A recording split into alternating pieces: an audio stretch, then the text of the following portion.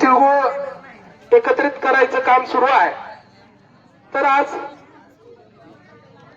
15 जानेवारी आणि आज आपण आपल्या प्रशालेमध्ये तिळगुळाचा कार्यक्रम या ठिकाणी साजरा करत असताना तिळगुळाचं महत्व आणि मकर संक्रांत काल झालेल्या या सणाबद्दल थोडंसं या ठिकाणी बोलणार आहे।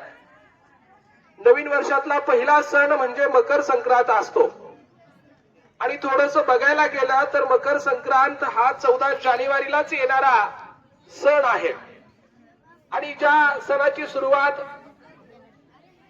नवीन वर्षामध्ये पहिल्यांदा होती आणि हा मकर संक्रांत सण जो आहे हा सण या आपल्या सगळ्या सणांमध्ये हा फार महत्वाचा आहे। याला भौगोलिक कारण आहे, याला वैज्ञानिक कारण आहे आणि याला पौराणिक कारण सुद्धा आहे आणि या सगळ्या गोष्टींमध्ये हा सण महत्वाचा आहे।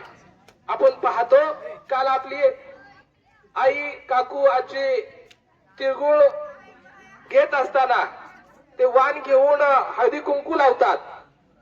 हा कार्यक्रम होतो आपल्या संस्कृतीमध्ये हळदी कुंकू लावून ते वाण वाटण्याचा कार्यक्रम या दिवशी होत असताना या मकर संक्रांतीला काय महत्व आहे तर मकर संक्रांत सूर्य हा दक्षिणेकडून उत्तरेकडे सरकायला सुरू होतो। 22 डिसेंबर नंतर 22-23 डिसेंबर नंतर सूर्य उत्तरायणाला सुरुवात करत असतो आणि हा सूर्य ज्या वेळेस उत्तर दिशेला सरकत सरकत ज्या वेळेस मकर राशीत येतो आणि मकर राशीत काल 14 तारखेला 3:06 तो मकर राशीत प्रवेश करतो। हे उत्तरायण आपल्या संस्कृतीमध्ये फार त्याला महत्व आहे। सूर्याला विशेष महत्व आहे। सूर्याची 12 नावं वेगवेगळी आहेत आणि या सूर्याचं महत्व सांगणारा हा सण आणि या उत्तरायणामध्ये आपल्या हिंदू संस्कृतीमध्ये फार महत्वाचं मानलं गेलं आहे। हे उत्तरायण आळसाला सोडून आपल्याला नवीन कल्पना, सकारात्मक विचार आणि नवीन जीवनशैली या ठिकाणी अवलंबण्याचा हा काळ असतो। थंडीच्या काळामध्ये आपण थोडस आळशी झालेला असतो, आपल्याला काम करण्याची क्षमता थोडीफार कमी झालेली असते आणि ज्यावेळेस हा उत्तरायण सुरू होतं या मकर संक्रांतीमध्ये तिळगुळ खाल्ल्यानंतर त्या तिळाची आणि उष्णता आणि गोडी आपल्या शरीरामध्ये जाऊन आपण चांगला विचार करून आणि त्याचबरोबर चांगला विचार आणि चांगलं मन या ठिकाणी घेऊन आपल्या इथून पुढचं जे काही दिवस आहेत या दिवसांमध्ये आपण नवनवीन कल्पना, नवनवीन योजना आखून चांगला अभ्यास करून आणि आपल्या विद्यार्थी म्हणून चांगला विद्यार्थी घडण्याचा या ठिकाणी संकल्प या दिवसापासून वेगवेगळे विद्यार्थी आणि सर्व लोक करत असतात।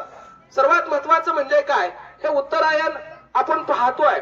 उत्तरायणामध्ये सर्वात जास्त आपल्याला उष्णता आज पासून पाहायला मिळेल। थोडंफार दुपार नंतर आपल्याला उकडल्यासारखं सुद्धा होईल, कारण आपली पृथ्वी आणि सूर्यामधलं अंतर आता थोडंफार कमी होणार आहे। आतापर्यंत सूर्य आणि पृथ्वी यामधलं अंतर सर्वात जास्त होतं आणि त्यामुळं आपल्याकडे थंडीचा कालावधी होता। आता हे जे काही भौगोलिक कारण आहे हे झाल्यानंतर तुम्हाला वैज्ञानिक कारण थोडस माझ्या अल्पशा बुद्धीनुसार सांगतो। आपल्या शरीरामध्ये तिळाचं आणि गुळ हे ज्यावेळेस दोन्ही मिश्रण एकत्र येतात त्यावेळेस आपल्या शरीराला फार मोठ्या प्रमाणात उष्णता मिळते। तीळ हे प्रथिनयुक्त स्निग्ध पदार्थ आहे, त्याच्यामधून आपल्या शरीराला ऊर्जा मिळते। ऊर्जा ही मिळाल्यामुळं आपल्या शरीराला फार मोठ्या प्रमाणात त्याचा वापर या ठिकाणी करत असतो आणि हेच तिळगुळ आज आपण सर्व प्रशालेमध्ये मित्रांना वाटणार आहोत। पुन्हा एकदा जोरदार टाळ्या वाजवा आणि तिळगुळ घ्या आणि गुळासारखं गोड राहा, गोड बना, एवढं या ठिकाणी सांगतो। धन्यवाद।